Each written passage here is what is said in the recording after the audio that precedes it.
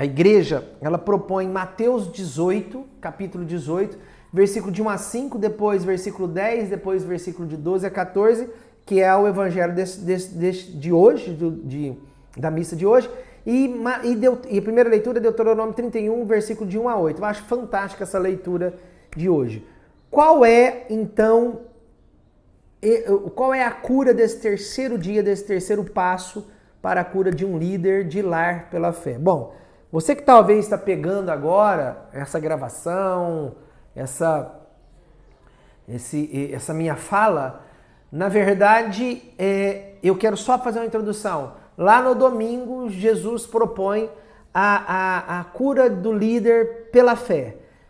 Um líder de lar, né? Um líder de casa, um líder de família, seja pai, seja mãe, seja tio, tia, avó que assumiu recentemente a família, seja o filho mais velho ou o filho mais novo.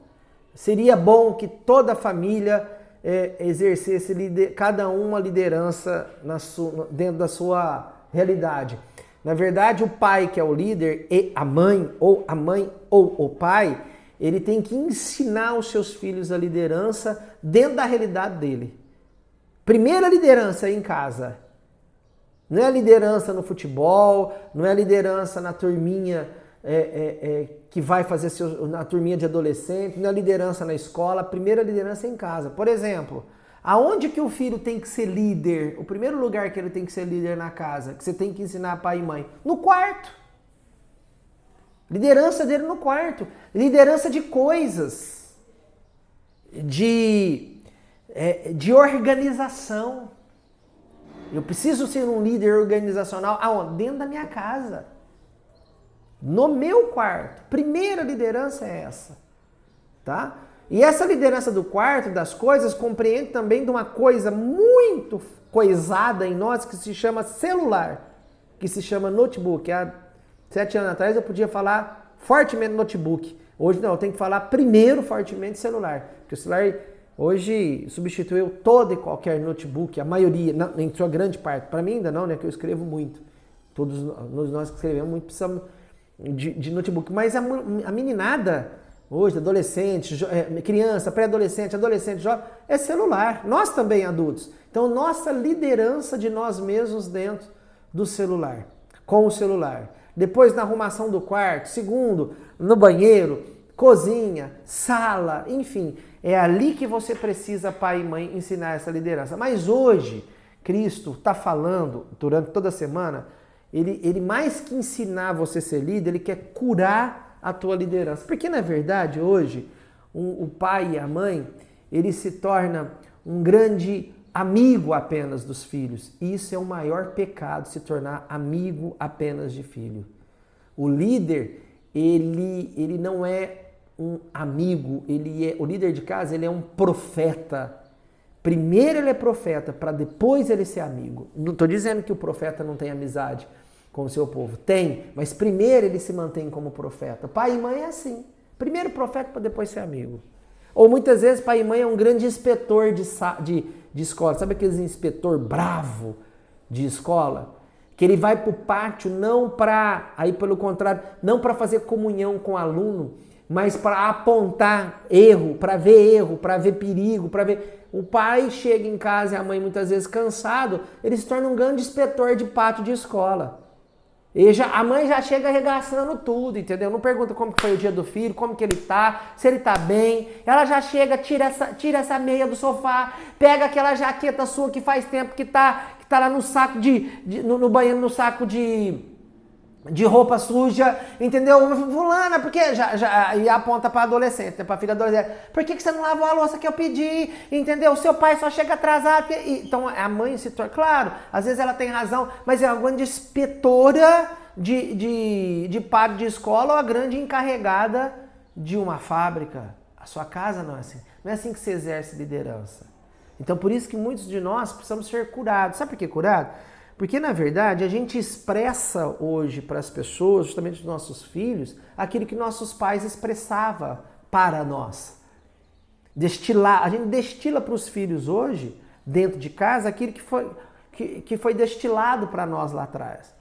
Por isso que hoje, Jesus Cristo, no capítulo 18 de Mateus, ele traz um dado muito importante. Ele coloca uma criança no meio deles e começa a conversar com os discípulos. Jesus pergunta, quem é o maior no reino do céu? Jesus chama então e coloca no meio deles essa criança. E fala assim, se não converterdes e não vos tornardes como crianças, não entrarei no reino de Deus. E Jesus Cristo vai falando, né? Tudo relacionado à criança. Quem se faz pequeno como essa criança, esse é o maior no reino dos céus. E quem recebe meu nome é uma criança, aí ele vai, né? Aí ele traz, ele tem os dois momentos o evangelho de hoje.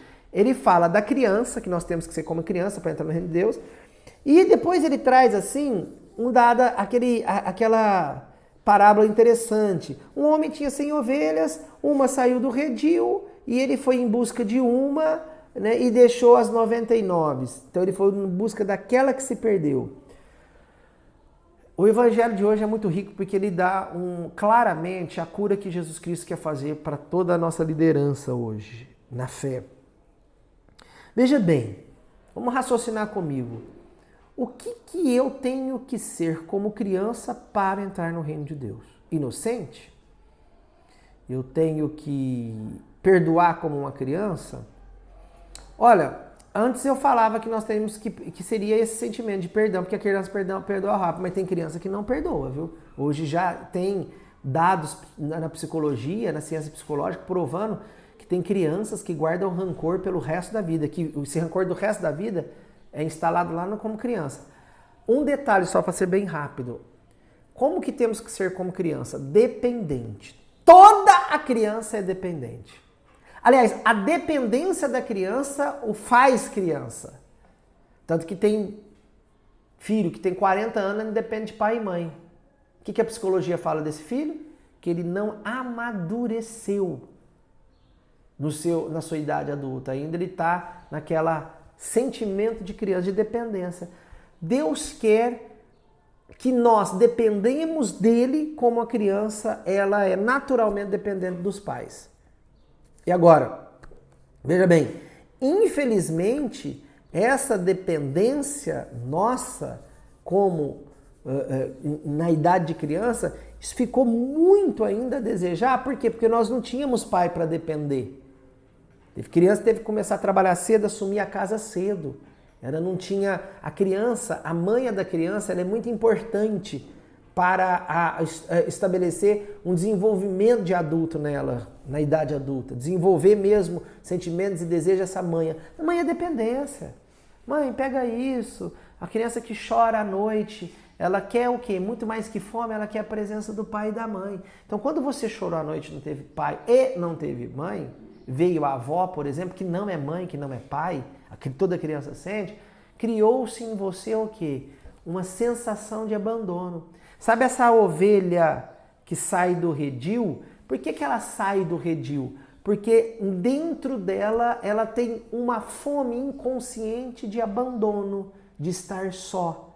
E estar só dentro desse abandono é um perigo, segundo Cristo aqui, para essa ovelha que sai fora do redil. Ela tem essa atração pelo abandono. Então, o que Deus está colocando hoje para nós é a cura do teu abandono. Por quê? Porque essa sensação de abandono, essa sensação de solidão? Porque quando você necessitava da dependência de pessoas do seu lado, sobretudo de pai e mãe, principalmente de pai e mãe na idade da infância, você não encontrou. Por isso que você tem essa sensação de abandono, e essa sensação de abandono muitas vezes não é um abandono, ela vem com insegurança. Olha, lá na primeira leitura de Deuteronômio, Moisés, ele pede para Josué novo, falou, olha, eu vou morrer agora, você entra na terra de Canaã. Deus estará contigo.